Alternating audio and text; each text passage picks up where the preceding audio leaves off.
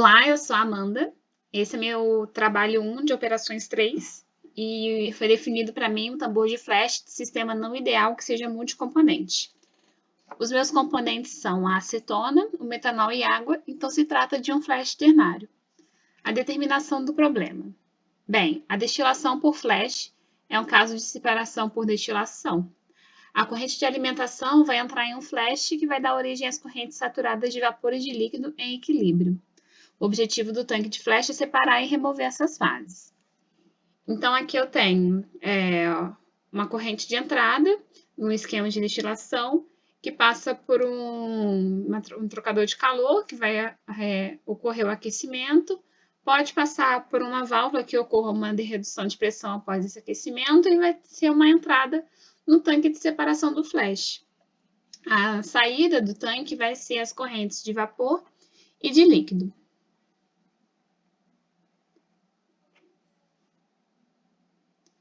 Aqui no esquema, depois do esquema de destilação, a gente vai ter o conceito de equilíbrio líquido-vapor que vai ser utilizado aqui nesse sistema.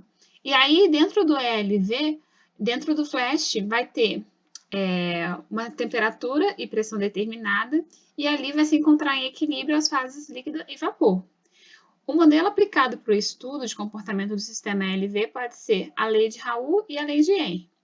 A lei de Raoult, ela é definida por y do componente I vezes a pressão, que é igual ao x do componente I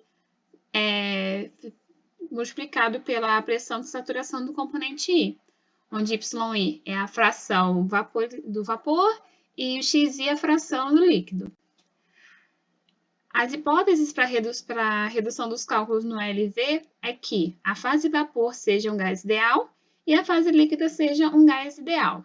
No caso de sair da idealidade, a gente vai aplicar então a lei de Raoult modificada. Agora, as alterações da lei vai ser y de I multiplicado pelo φ de I vezes a pressão, que é igual ao x de I vezes o gama I multiplicado pela pressão de vaporização em dada temperatura do componente I, onde o φ ele é o coeficiente de fugacidade e o gama é o coeficiente de atividade.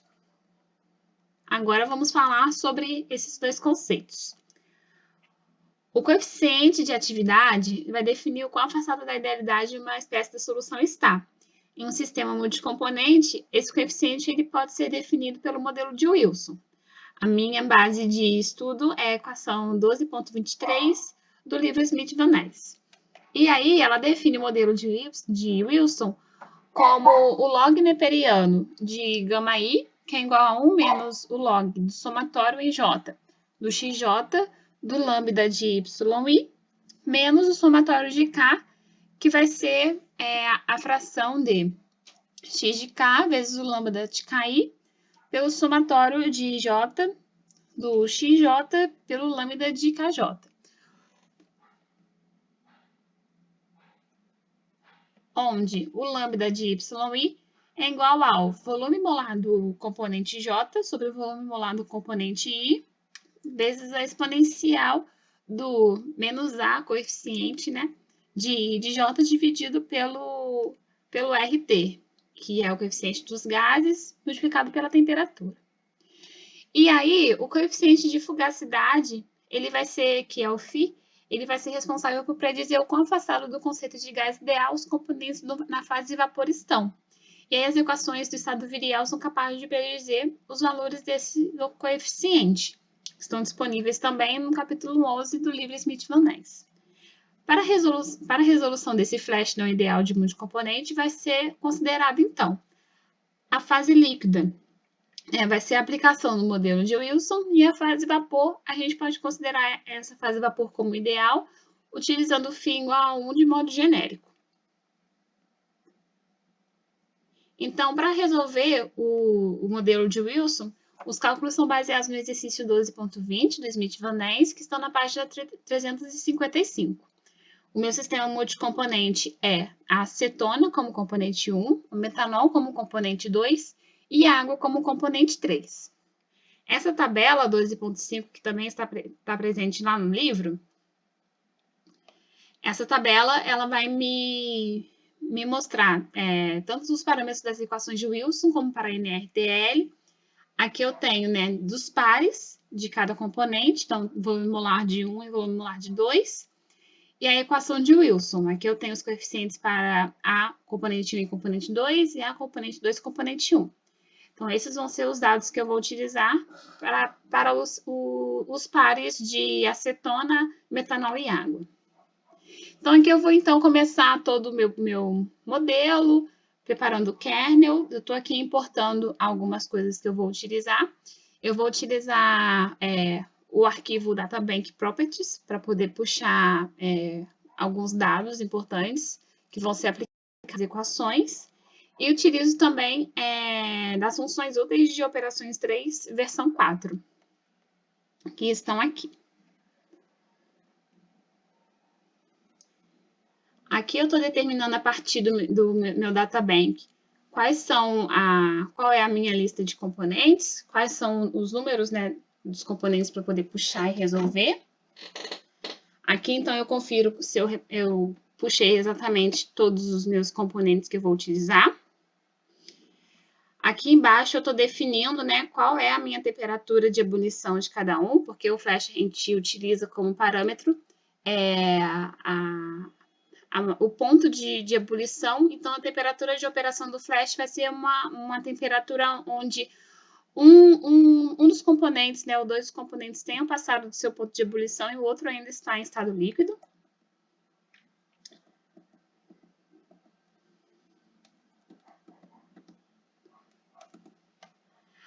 Aqui eu tenho o chute inicial dos componentes na fração de vapor. Aqui eu tenho uma função que vai definir um gama genérico. Então, o gama ele vai ser 1 para todos. E a partir daqui, eu faço todos os dados, né, e as contas para poder ter o meu modelo de Wilson. No modelo de Wilson, ele define que quando o lambda do componente I, o número do componente I seja igual ao número do componente J, o seu número vai ser igual a 0. Então, depois de lançar todos os dados aqui, a gente tem a geração dessa matriz, onde 1 é 0, 2 também, e 3 também é igual a 0. Aqui eu tenho a definição do volume molar a partir daquela tabela dos meus componentes. Aqui eu tenho a definição da fração molar da carga, a temperatura de operação do meu flash baseado nos pontos de ebulição, e aqui também a pressão que vai ser aplicada dentro do meu flash.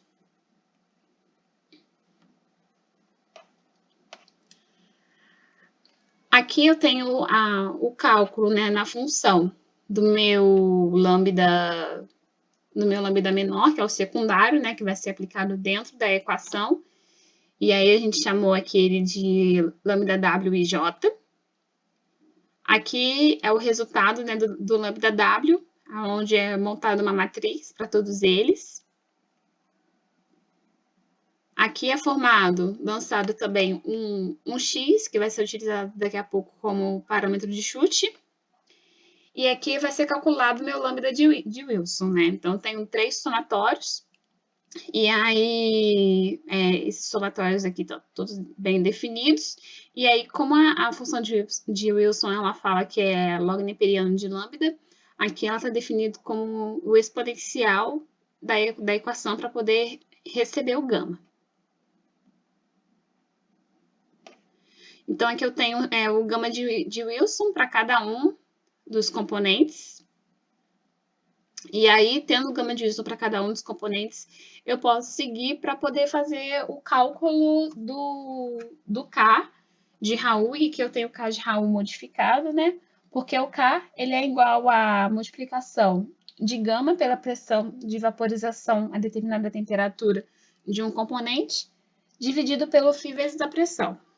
Então, aqui eu já tenho aqui um novo... Aqui está o que eu acabei de escrever. Aqui também. Então, aqui a gente vai determinar um novo gama. E aqui é o novo K. Então, aqui a gente consegue ter o nosso K. Aqui tem um cálculo do K ideal para poder fazer um comparativo, a gente já vê que dá diferença. E a partir daqui vai ser feito um flash ideal aplicando a estimativa inicial de x e y, como já foi citado.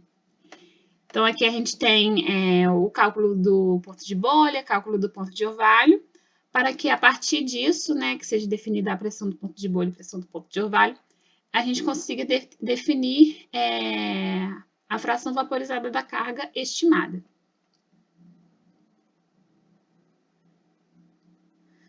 Aqui a gente tem como seria, né, os resultados se a gente estivesse tratando de um flash ideal. E aqui agora a gente faz o cálculo do resíduo. Aqui agora a gente faz o cálculo de resíduo da Rashford-Haisse, da equação, para que possa ser aplicado dentro da solução de Rashford-Haisse. Então, aqui a gente tem, então, a função que vai resolver a equação Rashford-Haisse e encontrar a fração vaporizada da carga. É importante ressaltar que vai ser utilizada a equação de Raoult modificada, né, apresentada anteriormente, com toda a não idealidade na fase líquida, usando como modelo de Wilson da energia de Gibbs em excesso para o cálculo de gama.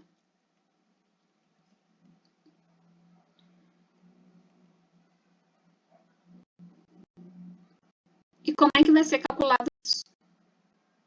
Bem, a gente vai aplicar a partir da solução, né, da pressão do ponto de bolha. Então, a gente vai ter a definição do ponto de bolha, a definição do ponto de orvalho, e também vai ter um chute de fração vaporizada. E aí, com isso, a gente vai ter, então, conseguir uma solução do flash ideal, onde x0 e y0 vão ser os nossos chutes iniciais, como a gente já meio que tentou fazer antes. É importante que, para que seja observado a resolução da aplicação, o erro médio tem que ser 10 a menos 5, então a gente vai usar como erro médio inicial 10 a quinta, onde a interação vai ser 1. Então, aqui a gente tem uma função while, onde, enquanto o erro médio for maior do que o erro médio calculado for maior do que o erro médio total, que seja o nosso parâmetro, vai ser resolvido o flash, e aí dentro desse flash ele vai realizar uma alteração de x0 e de y0, até que e aí ele vai devolver aqui que o FV, a fração vaporizada de chute, vai ser o FV do flash.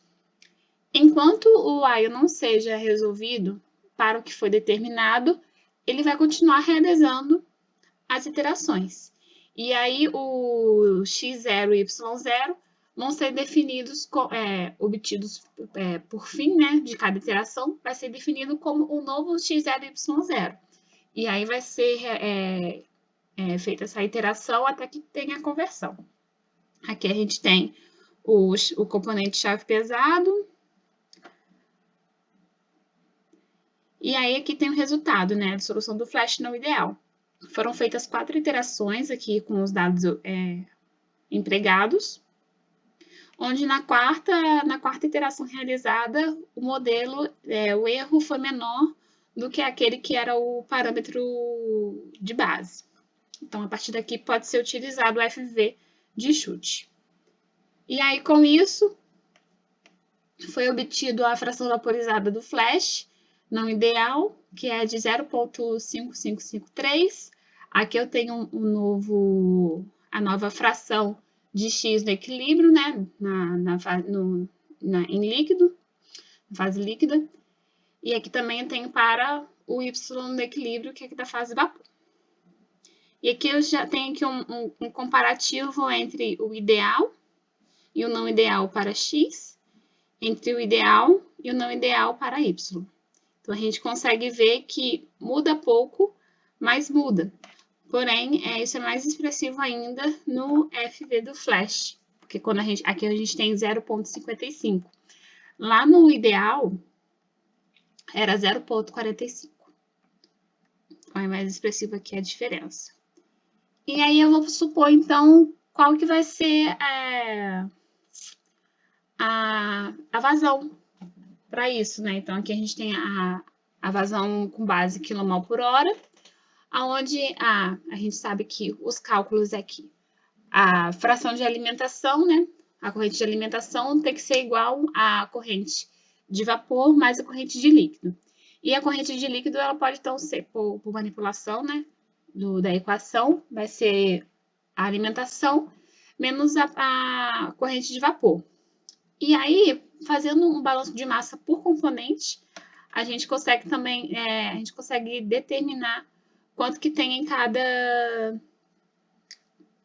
corrente. Aqui eu puxei o último dado, né, do X equilíbrio e Y de equilíbrio não ideal. Determinei que a minha alimentação é de 1000 kmol por hora. E aí, a partir dos cálculos, eu obtive que a minha vazão na fase vapor vai ser de 553,9 kmol por hora.